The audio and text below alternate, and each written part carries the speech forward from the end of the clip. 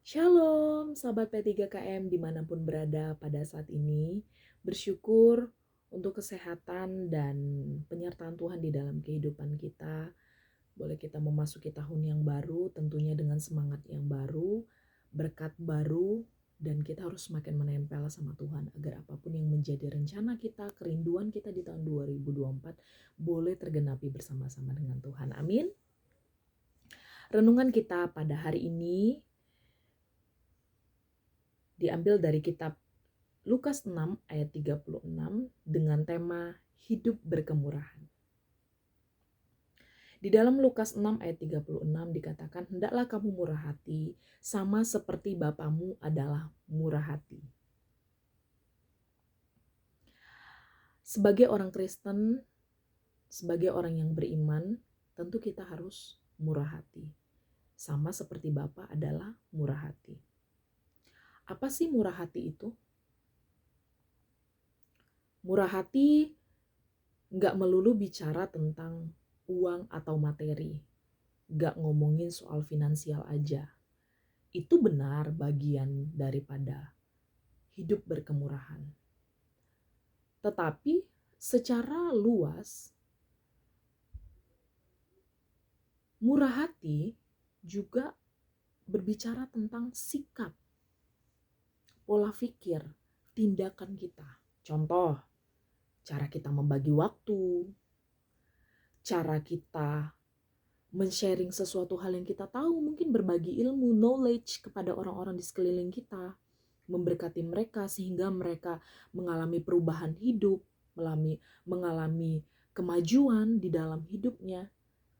Atau mungkin kita bisa dengan cara memberi pujian atas pencapaian-pencapaian yang orang lakukan. Mengampuni. Gak selalu kita bicara tentang yang enak-enaknya aja.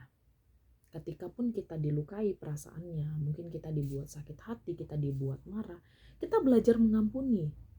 Itu juga salah satu bentuk hidup berkemurahan, punya kemurahan hati. Lalu mengucapkan terima kasih, berterima kasih pada orang-orang yang menolong kita, ada saat-saat orang membantu kita. Itu adalah bentuk juga dari kemurahan hati. Artinya, sebuah kemurahan hati itu menyangkut banyak aspek. Gak cuma ngomongin materi, tapi banyak aspek dalam kehidupan kita, di dalam kita berinteraksi dengan sesama manusia. Di sini ada beberapa hal yang harus kita pahami di dalam bermurah hati. Ada 2 poin yang saya rangkum tentang hidup berkemurahan atau memiliki kemurahan hati. Yang pertama, murah hati bukan berasal dari usaha kita sendiri, melainkan merupakan kasih karunia dari Allah. Perlu kita pahami, murah hati itu bukan usaha kita, tetapi kasih karunia dari Allah itu sendiri. Artinya Tuhan menganugerahkan itu di dalam kehidupan kita. Sekarang tugas kita adalah kita peka gak sama apa yang Tuhan anugerahkan, apa yang Tuhan titipkan dalam kehidupan kita.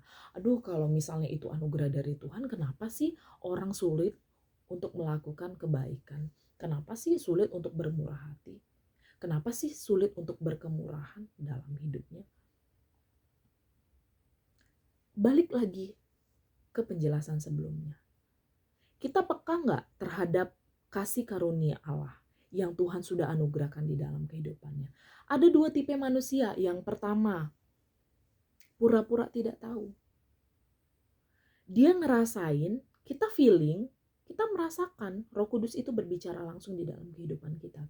Mungkin ketika kita melihat orang, kita merasa berbelas kasih, tapi kita menahan diri untuk memberkati mereka. Itu yang pertama. Yang kedua, ada orang yang sama sekali gak sadar, mengeraskan diri, sehingga dia gak mengerti pekerjaan Roh Kudus di dalam kehidupannya. Contohnya seperti ini. Kita belanja baju baru, ya. Kita belanja baju, mungkin satu momen kita punya uang lebih, lalu kita belanja baju, kita beli pakaian yang bagus, yang baru. Kita simpan baju ini. Ternyata sudah lama, mungkin ada 3 bulan, 6 bulan kita simpan. Kita akhirnya baru ingat, astaga lupa, ternyata Aku beli baju kemarin. Yang pertama kita bisa lupa, kita beli baju baru. Yang kedua, kita punya baju baru, terlalu lama kita simpan, kita lupa letakin baju itu di mana. Kita lupa, aduh di mana ya kemarin, perasaan kemarin di lemari, di mana, di keranjang atau di mana. Kita lupa. Karena apa? Kita tuh nggak terbiasa melatih itu. Karunia yang daripada Tuhan itu nggak biasa kita latih, kita pendam, kita kubur. Sehingga itu tadi masuk ke dua tipe manusia itu. Pura-pura tidak tahu atau sama sekali nggak peduli. Itu untuk tipe yang pertama. Sehingga apa? Dilatih untuk ayo lebih care. Ayo kita mengerti suara Tuhan itu, kita harus belajar. Kita harus untuk tahu karunia-karunia apa yang Tuhan sediakan dalam kehidupan kita. Kita harus membangun hubungan baik dengan Tuhan. Kita harus punya relasi yang baik dengan Tuhan. Percaya nggak percaya, ketika kita semakin dekat sama Tuhan, suara Tuhan itu juga semakin dekat, kencang dengan kita.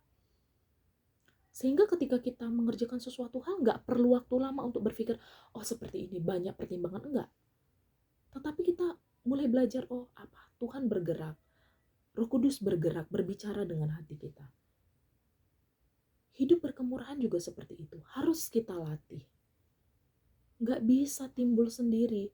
Kalau itu nggak menjadi budaya, itu nggak menjadi gaya hidup di dalam diri kita, itu juga nggak akan menjadi kebiasaan yang baik. Yang kedua, murah hati adalah cerminan pribadi Allah. Boleh baca nanti di Lukas 6 ayat 36. Murah hati adalah cerminan pribadi Allah. Kemurahan hati adalah sikap yang sehat. Ya, kemurahan hati itu sikap yang sehat. Hidup berkemurahan itu adalah sikap yang sehat dan merupakan jalan menuju kebahagiaan yang dicari oleh banyak orang. Banyak orang yang hidupnya hanya terfokus pada dirinya sendiri. Baginya ya aku, myself, I. Jadi ngerasa ya segala sesuatu itu hanya diukur dari sisi untung rugi. Kamu menguntungkan buat saya kasih kamu sesuatu yang baik. Kalau kamu gak menguntungin ya udah nanti dulu gitu ya. Kalau kamu menguntungkan untuk aku kasih kamu feedback positif. Tapi kira-kira kamu gak ada pengaruhnya dalam hidup aku, kita sisihkan mereka. Apakah sesuatu hal dapat menguntungkan bagi dia atau tidak? Ya, dari situ diukur. Itu sikap hati yang salah. Kemurahan hati itu gak mandang bulu. Gak mandang kamu diberkati gak sama mereka. Kamu dapat sesuatu hal yang positif gak selalu dari mereka? Enggak. Ya kamu harus siap. Sesuatu hal yang baik yang kamu tanam kepada orang lain tidak selalu akan berbalas baik. Benar? Tapi kamu juga gak akan dapat berkat hanya dari satu orang. Mungkin hari ini kamu bisa memberkati orang lain, kamu bermurah hati sama A, ternyata kamu dapat balasannya dari si B. Jadi kita gak pernah tahu pekerjaan Tuhan dalam kehidupan kita. Sehingga hari ini firman Tuhan mengingatkan kita semua untuk ayo mari sama-sama kita bermurah hati. Udahlah gak usah pandang bulu. Gak usah pandang bulu. Memberkati orang lain juga gak akan rugi kok. Malah kita akan juga semakin hidup berkelimpahan. Jadikanlah sikap ini sebagai gaya hidup. Jangan musim-musiman. Ayo gaya hidup belajar. Itu akan menjadi budaya di dalam kehidupan kita. Lewat buah yang keluar dari dalam diri kita, sikap kita, pola pikir kita, tindakan, dan banyak lain yang akan mendorong kita mencerminkan pribadi Allah itu sendiri lewat sikap kita. Lewat sikap kita lah pribadi Allah itu sendiri akan tergambarkan.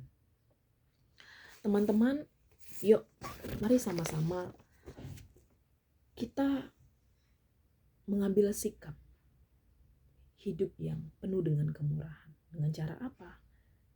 Kita harus menyadari, kita harus peka, kita harus semakin dekat dengan Tuhan untuk menyadari apa sih anugerah, apa sih karunia yang Tuhan sediakan di dalam hidupku. Ayo semakin menempel dengan Tuhan, semakin dekat dengan Tuhan, agar kita menyadari apa yang ingin Tuhan kerjakan di dalam kehidupan kita.